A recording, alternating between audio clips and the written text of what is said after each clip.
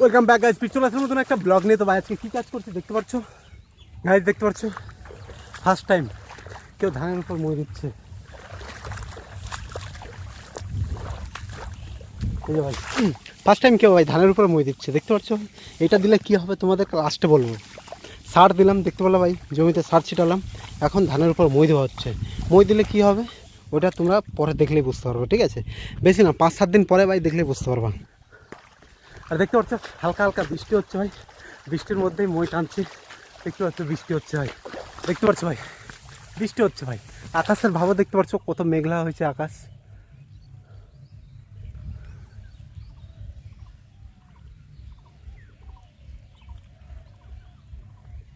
ভাই 2-1টা করে মাঠে লোকজন দেখা যাচ্ছে। কী কাজ করছে ভাই? ধানের উপর দিয়ে ভাই মই টানছে ভাই। কী কারণে এটা কেউ তোমরা বলতে পারবে না, কারণ একমাত্র যারা অ্যাকচুয়াল চাষি ভাই, ঠিক আছে, চাষির পরিবারের ছেলে বা চাষি, তারাই একমাত্র বলতে হবে যে এটার কাজ কী হবে। এটা হচ্ছে ধানের জন্য খুব ভালো জিনিস ভাই, কারণ এটা দিলে তোমার ধান বিঘাতে ভাই 2 থেকে 3 মণ আরও বেড়ে যাবে ধানের ফলন। কারণ এটার মেন সায়েন্সটা হচ্ছে ভাই, কারণ পরে লাগা ধানে ভাই শীষ কম হয়, ঠিক আছে? তবে এই ধানে মইটা দিলে ভাই হচ্ছে যারা যারা চাষি আছে ভাই শুনে নাও কথাগুলো, ঠিক আছে? খুব গুরুত্বপূর্ণ জিনিস। কারণ এরকম ধানে এখন মই দিচ্ছি, তো এই মইটা দেওয়া হলে হবে কি ভাই, যে পরে যেগুলো যারা ধান লাগিয়েছে, ঠিক আছে, কারণ সময় কম ছিল, ধানে বাচ্চা দিতে পারবে না ঠিক এরকম। আর বাচ্চা না দিলে ভাই ধানের ফলনও হবে না। তো এই যে এই ধানটা, এই যে এটা মই দিলাম কি না ধানের উপর, তো গোড়াগুলো মানে ভেঙে যাবে ভাই, ঠিক আছে?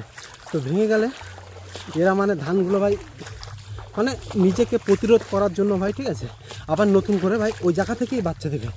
সবাই তো বেঁচে থাকতে চায় না ভাই। আমাদের যেরকম চোট পেলে ভাই বডি অটোমেটিক ভাই রিকভার করার জন্য অনেক চেষ্টা করে, ঠিক আছে? তারপরে উপর থেকে ভাই মেডিসিন ওষুধ দিলে রিকভার হয়ে যায়। ওই রকম হচ্ছে ধানের চেষ্টা, যে এইরকম ভাই মই দিচ্ছে।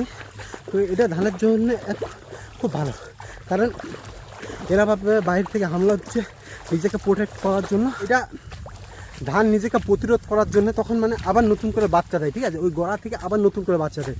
আর ওই বাচ্চা দেওয়া ধানটাই ভাই ধানের ফলন সব থেকে বেশি হয়, বুঝতে পেরেছো? ওই বাচ্চা দেওয়া ধানটাই ফলন বেশি হয়। তো তার কারণে এটা মই দেওয়া, যে ভাই ওখান থেকে বাচ্চা দেবে আর তার জন্য সাহায্য করবে। আবার সার দিলাম এখন, ওইটা আবার সাহায্য করবে, ঠিক আছে? যে ওইটা ওকে রিকভার করার জন্য হেল্প করবে। যে সারটা মানে ওর মানে ভিটামিনের মতন কাজ করবে। আবার বীজ দেবো, ঠিক আছে? তো এটা ধানের পক্ষে খুব ভালো ভাই। যারা যারা চাষবাস করো তাদের জন্য খুব এটা ইম্পর্টেন্ট, যে ভাই তোমরা ভাই পরে ধান লাগালে এরকম জরুর মই দেবা। ফাইনালি ভাই দেখতে পাচ্ছ কমপ্লিট হয়ে গেল, ঠিক আছে? ধানগুলো এখন দেখতে খারাপ লাগছে অবশ্যই, বাট 2 থেকে 3 দিনের পরে ঠিক হয়ে যাবে। দেখতে পাচ্ছ এই যে একটাই, এটা এখন দিয়ে শেষ করলাম ভাই, কমপ্লিট হয়ে গেল ভাই ফাইনালি। তো ফাইনালি ভাই কমপ্লিট হয়ে গেল, তো এখন বাড়ি যাবো, কাফি খিদে পেয়ে গেছে। তো ভাই ভিডিওটি ভালো লাগলে ভাই প্লিজ লাইক করে দেবো, আর আবার দেখাবে এরকম নতুন ব্লগে। আর এটা যার যার জমি আছে সবাই ট্রাই করে দেখবা বিঘায় 2 থেকে 3 মণ ফলন হবেই। বেশি বলতে পারো মিনিমাম 3 মণ হবেই ফলন বেশি। তো ভিডিওটি ভালো লাগলে প্লিজ লাইক করে দাও।